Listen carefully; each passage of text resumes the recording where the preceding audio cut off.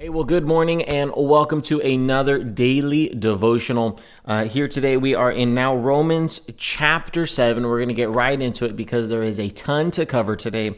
We are talking all about the law and our relationship to the law and sin today. So what really he goes on to say is he says this in the beginning, "Now, dear brothers and sisters, you are familiar with the law. Don't you know that the law applies only while a person is living?" So he keeps going on to say to these people, to address these people that understood the law, that knew the rules. He begins to say, hey, you are the people I'm talking to, the people that know the rules, know the law. This is what I'm letting you know right now. But this is what's so important in verse number 4. It says this, "So my dear brothers and sisters, this is the point. You died to the power of the law when you died with Christ. And now you are united with the one who was raised from the dead. As a result, we can produce a harvest of good deeds for God. When we were controlled by our old nature, sinful desires were at work within us, and the law aroused these evil desires that produced a harvest of sinful deeds, resulting in death. But now we have been released from the law, for we died to it, and we are no longer captive to its powers. Now we can serve God, not in the old way of obeying the letter of the law, but in the new way of living in the Spirit."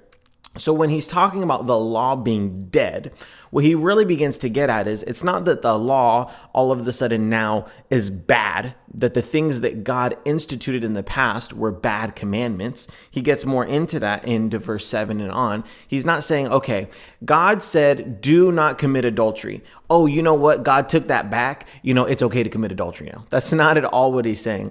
What he's talking about is that in the Old Testament, in the old way of life, the way that we were in a righteous relationship with God was through following the law. That's how we did it. It was through following the law. And if we didn't follow the law, we would offer a sacrifice in the temple. And that's how we would become in a right relationship with God.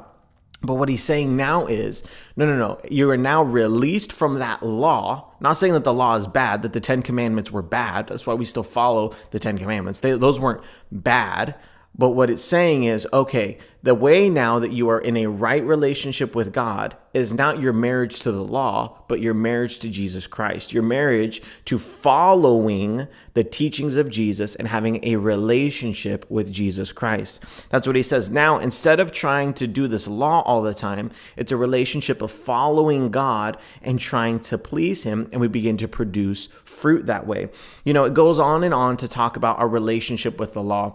And I love what he says. He says this, "I am not suggesting that the law is sinful. Of course not." This is verse 7. "In fact, it was the law that showed me my sin. I would have never known that coveting is wrong if the law had not said, 'You must not covet.' But sin used this command to arouse all kind of covetous desires within me. If there were no law, sin would not have power." So really, there was two problems that came from following the law. You could go one of two directions, okay? You could take the law, and there's a spirit that rises up in people and that says, if you tell me I can't do something, I'm going to do it with everything I can. That's why painters don't put wet paint signs out. Because the moment they put wet paint signs out, you know what people want to do? They want to touch the paint. No one wants to go behind a gate until you put a no trespassing sign. Then people say, man, I really want to know what's back there. There's this attitude of many times, okay, people are telling me I can't do something, I'm going to do it anyways. Or the other way that people do it, the other direction you can go is people could say, I'm going to, like Paul did as a Pharisee, is to say, I'm going to take this law, I'm going to follow it to the letter, and this is going to be my arrogance. This is going to be, look at how holy I am. So what he was saying is, it's not that the law was bad, but as a means to righteousness, it was not good. It showed us that we were wrong, but now it is by God's Spirit in us that we are able to live a pleasing life. So then in the last section, it kind of shifts gear and it begins to talk about struggling with sin. It says this, "So the trouble is not with the law, for it is spiritual and good. The trouble is with me, for I am all too human, a slave to sin." Many times we blame God for things when really it's just us being human and fleshly. As long as we live on this planet, there are going to be we're going to be waging war with sin and with wanting to please God. Forever, while we are on this earth, that is something we are going to deal with until the day that Jesus comes back and that we are united with God in heaven. We are going to be dealing with that. But the thing that is the problem is not the law. The problem is our sinful desires. Look, it says in 18, and I know that nothing good lives in me, that is, my sinful nature. I want to do what is right, but I can't. Have you ever felt that way? I want to do what is good, but I don't. I don't want to do what is wrong, but I do it anyways. But if I do what I don't want to do, I am not really the one doing wrong. It is the sin living in me that does it.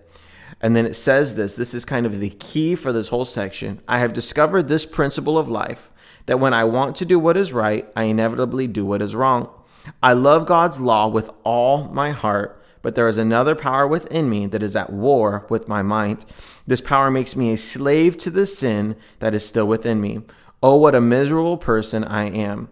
Who will set me free from this life that is dominated by sin and death? Thank God, the answer is in Jesus Christ our Lord. So you see how it is. In my mind, I really want to obey God's law, but because of my sinful nature, I am a slave to sin. So really this battle that we play between the sin and wanting to do what is right, the answer to this is all found in Jesus Christ. And ultimately the answer to this all is found in chapter 8. So you're going to have to tune back in tomorrow for chapter 8 to really find out what life in the Spirit is like. So make sure tomorrow to continue through to be on chapter 8. We love you and we hope to see you tomorrow for chapter 8 of Romans.